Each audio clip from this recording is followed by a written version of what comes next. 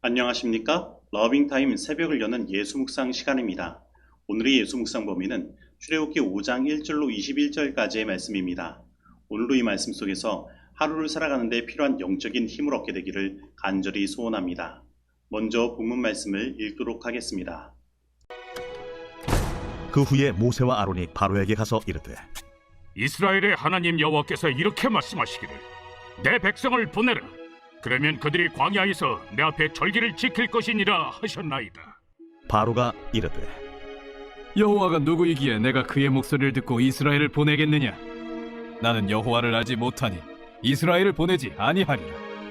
히브리인의 하나님이 우리에게 나타나셨은즉 우리가 광야로 사흘길쯤 가서 우리 하나님 여호와께 제사를 드리려 하오니 가도록 허락하소서. 여호와께서 전염병이나 칼로 우리를 치실까 두려워하나이다.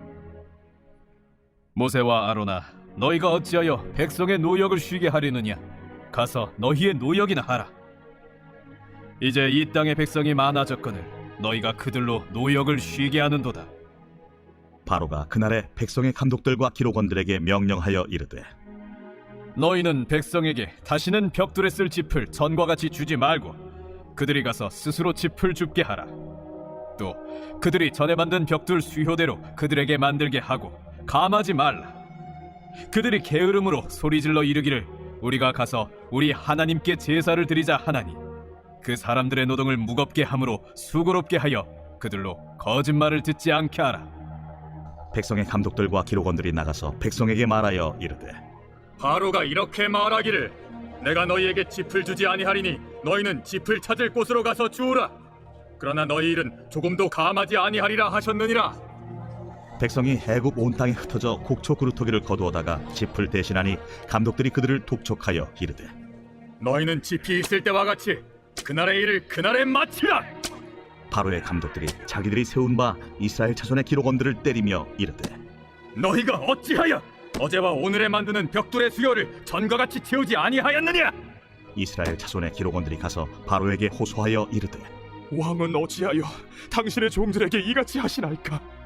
당신의 종들에게 짚을 주지 아니하고 그들이 우리에게 벽돌을 만들라 하나이다. 당신의 종들이 매를 맞사오니 이는 당신의 백성의 죄니이다.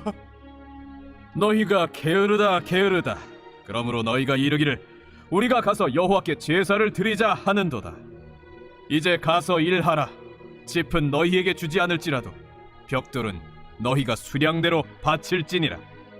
기록하는 일을 맡은 이스라엘 자손들이 너희가 매일 만드는 벽돌을 조금도 감하지 못하리라 함을 듣고 화가 몸에 미친 줄 알고 그들이 바로를 떠나 나올 때에 모세와 아론이 길에 서 있는 것을 보고 그들에게 이르되 너희가 우리를 바로의 눈과 그의 신하의 눈에 미운 것이 되게 하고 그들의 손에 칼을 주어 우리를 죽이게 하는도다.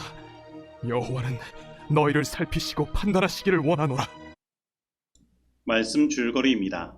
모세와 아론이 바로에게 가서 내 백성을 보내라는 하나님의 말씀을 전하자 바로는 나는 여호와를 알지 못한다며 거절합니다. 그리고 그뿐 아니라 그는 이스라엘 백성에게 이전보다 더 혹독한 노동을 강요하며 그들을 탄압합니다. 그리고 이 일로 백성은 모세와 아론에게 원망을 쏟아냅니다. 오늘 본문 말씀의 구조는 총 4부분으로 나눌 수 있습니다.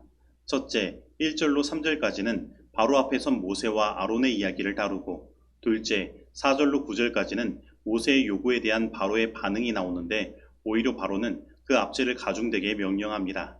그리고 셋째, 10절로 14절까지 바로의 가중된 압제로 말미암아 이스라엘 백성들이 극심한 고통을 당하고 마지막 넷째, 모세와 아론을 향한 백성들의 원망이 등장합니다.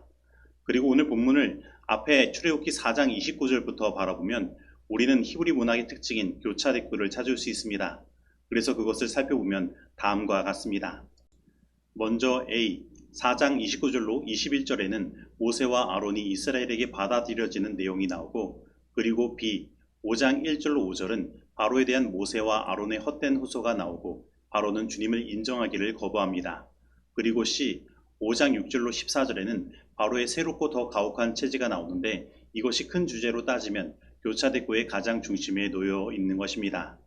그리고 이것을 세부적으로 나누면 소문자 A, 5장 6절로 8절에 이스라엘 백성에게 부당하고 가혹한 노동을 가하는 바로의 압제가 나오고 그리고 소문자 B 5장 9절에는 그들이 그렇게 압제하는 이유는 그들로 거짓말을 듣지 않게 하려 함이라고 말하며 하나님의 말씀을 듣지 못하게 하려는 그 압제의 목표가 등장하는 것입니다.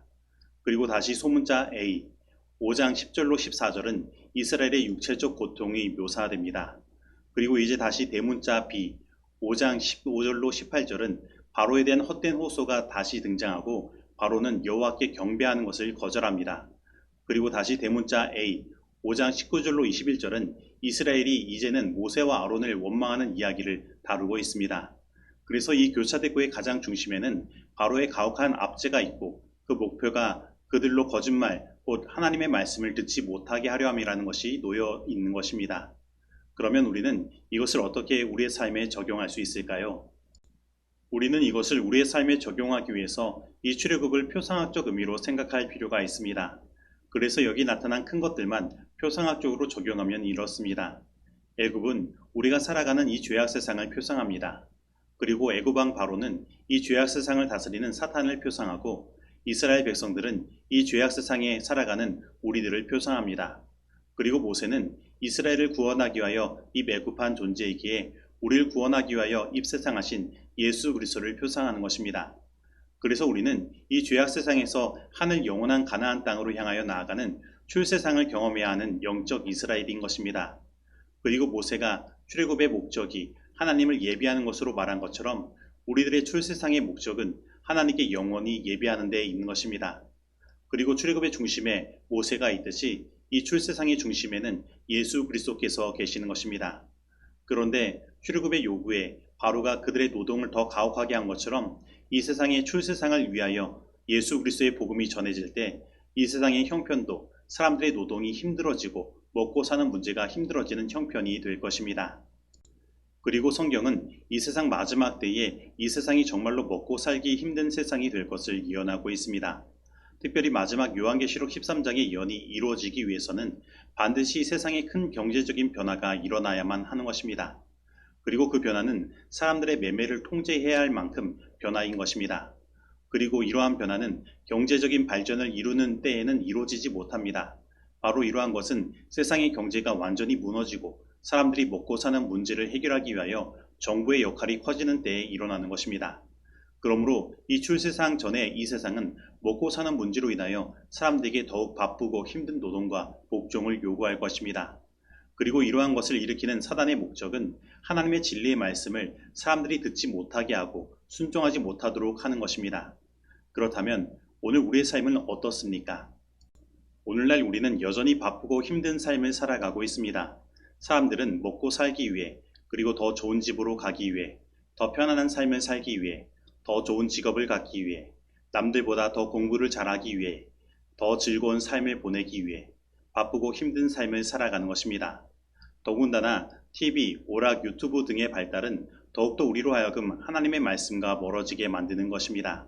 그렇다면 이 모든 것들 속에 하나님의 말씀을 보고 듣고 읽고 묵상하는 일들이 얼마나 있습니까? 하나님의 말씀은 나의 삶의 몇 번째 순위에 놓여져 있습니까? 우리는 이 속에서 승리하기 위하여 사단이 하나님의 말씀과 나를 멀어지게 만들려는 목적을 알아야 하는 것입니다. 그러면 우리가 하나님의 말씀을 듣지 못하고 신뢰하지 못할 때 이르러 오는 것은 무엇입니까?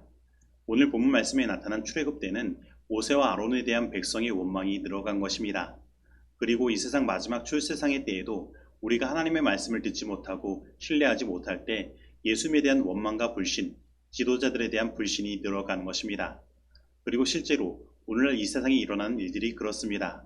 오늘날 세상은 가면 갈수록 우리의 삶이 더 힘들어지므로 예수님에 대한 신뢰가 떨어지는 것입니다. 그리고 지도자들에 대한 불신이 늘어가는 것입니다. 그러면 이러한 때에 우리가 무엇을 해야 합니까? 이러한 때에 우리가 해야 하는 것은 첫째, 모세가 출애굽의 목적이 하나님께 예배함에 있다는 것을 말한 것처럼 오늘 우리들도 출세상의 목적인 참된 예배를 회복해야 하는 것입니다. 그리고 우리는 말씀 중심의 삶을 회복해야 하며 예수님에 대한 신뢰를 회복하고 또 지도자들에 대한 신뢰 또한 회복해야 하는 것입니다. 그리고 이러한 것은 곧 하나님의 다스림의 회복을 말하고 우리에게 하나님의 나라의 회복에 대한 것을 나타내고 있는 것입니다. 그러면 우리들에게 어떠한 일이 벌어질까요? 우리는 그 힘들고 어려운 일들 속에서도 참된 평안을 누리게 되고 하나님을 찬양할 수 있게 되는 것입니다. 그러므로 오늘 이 모든 일들이 우리 가운데 회복되고 경험되어지기를 간절히 소원합니다. 이제 적용하는 시간입니다. 오늘 나는 하나님께서 나를 구원하심은 나로 하여금 하나님께 예배하도록 하기 위함이라는 사실을 알고 있습니까? 오늘 나는 이 세상 마지막 때에 사단이 우리들의 삶을 더 바쁘고 힘들게 만든 목적이 우리로 하여금 하나님의 말씀에서 멀어지도록 하기 위함이라는 사실을 알고 있습니까? 오늘 나는 하나님의 말씀을 늘 묵상하고 예수님을 바라보는 삶을 실천하고 있습니까? 오늘 이 말씀 속에서 내가 실천해야 할 것은 무엇입니까? 기도하시겠습니다. 하나님 아버지, 오늘 우리들을 구원하여 주시고 하나님을 예배하는 예배자로서 우리를 세워주시니 감사드립니다. 하나님, 오늘날 이 세상은 사단이 우리를 얼마나 바쁘고 힘들게 만드는지 정신이 없는 세상입니다. 그래서 우리들이 사단이 목적하는 바와 같이 우리의 바쁘고 힘든 삶 가운데 하나님의 말씀과 멀어지는 일들을 경험하기도 합니다. 하나님, 오늘 우리들의 삶에 분명한 결단을 허락하여 주셔서 하나님의 말씀을 묵상하고 하나님과 교제 나누는 일에 날마다 시간을 낼 수 있도록 하여 주시고 오직 예수님만을 바라보고 살아가며 하나님께서 세우신 지도자들을 신뢰하며 주님의 재림을 향해 나아가는 주님의 참된 백성 되게 주님 우리를 인도하여 주옵소서. 예수님의 이름으로 기도드립니다. 아멘.